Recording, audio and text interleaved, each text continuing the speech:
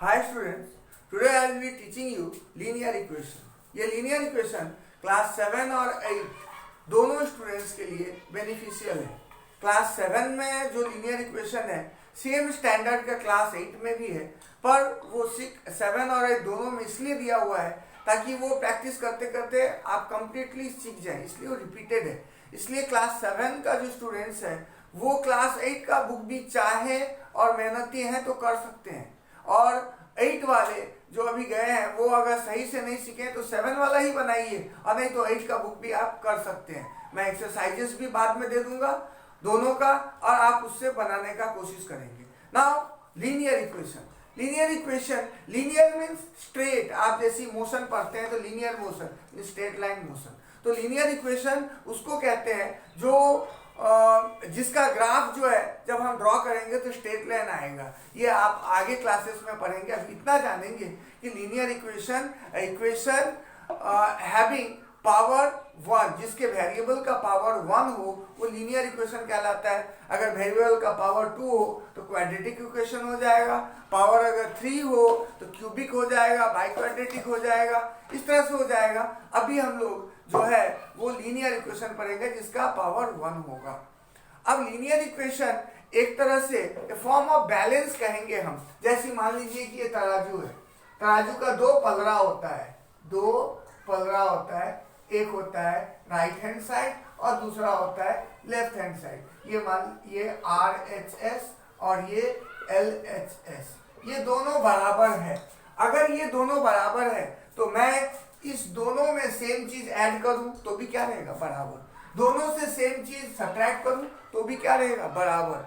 दोनों को उतना ही से मल्टीप्लाई कर दूं, अगर इसको 5 टाइम्स कर दूं और इसको भी 5 टाइम्स कर दूं तो भी रहेगा बराबर। इसको अगर मैं 5 से डिवाइड कर दूं, इसको भी कर दूं तो भी बराबर रहेगा। अगर हम दोनों के साथ same treatment both the side करेंगे तो उसकी इक्वलिटी बनी रहेगी।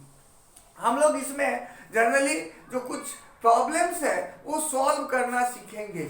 एक ही प्रॉब्लम को मोर देन 1 टाइप हम बना सकते हैं, अलग अलग ढंग से बना सकते हैं। किसी में भी रूल्स ऑफ जो मैथमेटिक है वो वायोलेट नहीं होना चाहिए, it should not be violated, और उसको लेके अगर हम लोग करते हैं तो हम लोग प्रॉब्लम इजीली बना सकते हैं। हमारा कैलकुलेशन गलत नहीं होना चाहिए। जैसे अलजेब्रा का जो है इंटीजर है वो आपको सही आना चाहिए। अलजेब्रा और इंटीजर अगर नहीं आता है तो आपको दिक्कत होगी। सपोज -5x प्लस 8x अगर है तो ये इसमें देर नहीं लगना चाहिए, तुरंत आपको पता होना चाहिए कि -5x plus 8x will be 3x। अगर -5x माइनस 8x है तो ये दोनों नेगेटिव है, ऐड अप हो जाएंगे तो ये हो जाएगा -13x। इसमें अगर आप सोचने लगते हैं, इसमें भी अगर आपको दिक्कत है तो लीनियर इक्वेशन बनना कठिन होगा, वरना लीनियर इक्वेशन बनाने में आपको कोई तकलीफ नहीं होगी। अब देखिए आगे हम इसमें कुछ एग्जाम्पल्स आपको सॉल्व करके हम दिखाएंगे। जैसे कि मान लीजिए कि ये एक लीनियर इक्वेशन है। Suppose 5x plus 7 equals to 13। अब यहाँ पे देखिए हमने क्या सीखा था कि दोनों साइड सेम थिंग ऐड और सब्ट्रैक्ट कर सकते हैं। जिसके साथ वेरिएबल है उसको कोशिश करेंगे कि राइट हैंड साइड में रखे, और जिसके जो कांस्टेंट है उसको उस कांस्टेंट को राइट हैंड साइड में और वेरिएबल को लेफ्ट हैंड साइड में रखिए। ऐसी कोई रूल नहीं है, आप इस साइड भी वेरिएबल रख सकते हैं, लेकिन सॉल्व करने में इजी होता है। आप जो है सो इधर कांस्टेंट को रखिए। इसके लिए हम लोग क्या करते हैं, डायरेक्टली अगर यहाँ पॉजिटिव है तो इसको इधर ले जाते हैं, नेगेटिव हो जाएगा। अगर यहाँ नेगेटिव है तो इधर ले जाते हैं, साइड चेंज करते हैं तो पॉजिटिव हो जाता है। लेकिन आखिर ये होता कैसी है, दरअसल हम लोग क्या करते हैं, दोनों साइड सेम नंबर से ऐड या सब्ट्रैक्ट करते हैं। फॉर एग्जाम्पल अगर ये 5x प्लस 7 है, मैं यहाँ -7 कर दिया तो यहाँ 13 - 7 यहाँ भी होना है, क्योंकि मैंने यहाँ माइनस किया तो यहाँ भी माइनस किए, तब ये बराबर रहेगा। मैंने आपको शुरू में ही बोला था कि लीनियर इक्वेशन एक बैलेंस के तरह है,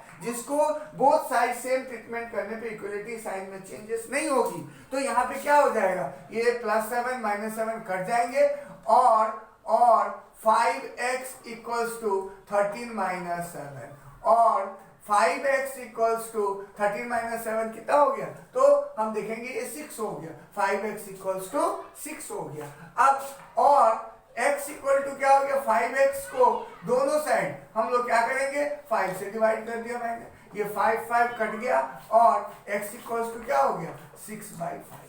तो मैंने यहाँ पे क्या किया, दोनों साइड 5 से डिवाइड किया, दोनों साइड 7 माइनस किया। ये नहीं करके हम लोग जब कंप्लीटली सीख जाते हैं और हमको पता चल जाता है, तब हम लोग क्या करते हैं, इसको इस तरह से डायरेक्टली कर लेते हैं, 5x प्लस 7 इक्वल्स टू 13 और 5x इक्वल्स टू 13 माइनस 7 और x इक्वल्स टू 6/5। हमने इसको 3 स्टेप में ही कर लिया। हम हर स्टेप में क्या लिखते हैं, और लिखते हैं। अगर आप चाहो तो और नहीं लिख के दिस इंप्लाइज टू भी लिख सकते हैं। इस सिंबल को कहते हैं दिस इंप्लाइज टू। हर स्टेप में दिस इंप्लाइज टू लिखते हैं। यहाँ पे इक्वल टू साइन डालते हैं या दिस इंप्लाइज टू बोलते हैं इसको, या फिर हम और भी लिख सकते हैं। तो ये यहाँ पे छोटा हो गया, लेकिन ये कैसे हुआ ये करने के लिए मैंने आपको ये बात समझाया है। लेकिन जब हम सॉल्व करते हैं उस वक्त हम इस तरह से सॉल्व कर लेते हैं। इसको आने के लिए और भी कुछ बातें आपको याद रखना है। क्या याद रखना है, मैं आपको दिखाता हूँ। एक ही प्रॉब्लम को कई ढंग से सॉल्व कर सकते हैं, हम आपको करके दिखाएंगे। जैसे ये कुछ रूल्स याद रखेंगे, a plus B by C है तो इसको हम a by C plus B by C लिख सकता हूँ। a minus B by C है तो इसको मैं a by C minus B by C लिख सकता हूँ। अगर ऐसी है, यहाँ माइनस है और यहाँ a plus B by C है, मैं इसको ये माइनस साइन दो पूरा के लिए है तो मैं इसको क्या लिख सकता हूँ, minus A by C minus B by C लिख सकता हूँ। अगर यहाँ पे माइनस, यहाँ पे a minus B by C है तो ये क्या हो जाएगा, negative positive negative, minus a by C और ये माइनस माइनस प्लस हो जाएगा, प्लस b बाई सी। इसको इस तरह से हम ब्रेक कर सकते हैं। ये अगर इस तरह से ये हमें याद हो जाए तो हम इजीली प्रॉब्लम को सॉल्व आउट कर सकते हैं। ये ब्रेक करके इजी हो जाता है। इसको नहीं यूज करके भी कर सकते हैं, लेकिन हम आपको ये दिखाएंगे ताकि आपको प्रॉब्लम सॉल्व करने में इजी हो। हम बुक का कुछ एग्जांपल्स लेंगे, उसको सॉल्व करेंगे, फिर आपको हम दिखाएंगे। अब देखिए, जैसे मान लीजिए कि इस तरह का प्रॉब्लम है, ये हम यहाँ पे सॉल्व करते हैं। Suppose 5x plus 3/7 equals to 2 है। मैं इसको दो तरीका से सॉल्व कर सकता हूँ। मैं इसको तोड़ सकता हूँ और ये लिख सकता हूँ 5x/7 प्लस 3/7 इक्वल्स टू 2। मैंने इसको इस प्रोसेस से मैंने इसको ब्रेक कर दिया। अगर मैं इसका एलसीएम निकालूं तो क्या होगा, 7 और 7 होगा तो 7 से तो फिर यही चीज आ जाएगा। तो मैं ये अगर इसको तोड़ूं तो मैं इस तरह से, तो मैंने मैथमेटिक्स का कोई भी रूल को वायोलेट नहीं किया और हम लोग इसको इस तरह से कर सकते हैं। अब हम क्या करेंगे, वेरिएबल को एक साथ और कांस्टेंट को एक साथ। तो हम यहाँ पे क्या करेंगे, और 5x/7 इक्वल्स टू 2 माइनस क्या हो गया 3/7 और 5/7x इक्वल्स टू 7 2 जा कितना हो गया 14, 14 से 3 गया तो 11, ये हो गया 11/7 हो गया। और x इक्वल टू क्या हो जाएगा, x इक्वल्स टू 11/7 इंटू यहाँ जो नंबर रहेगा वेरिएबल के साथ जो रहेगा उसका रेसिप्रोकल हो जाएगा, तो ये कितना हो जाएगा 7/5।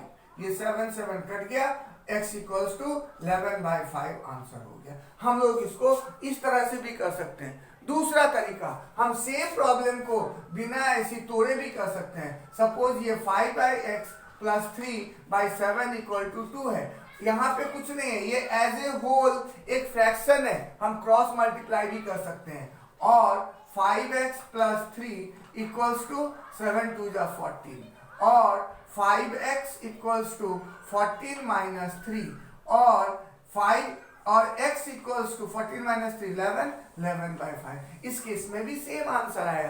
किसी को ये इजी लग सकता है, किसी को ये लग सकता है। कभी कभी ये इजी हो जाता है बहुत सारे केसेस में।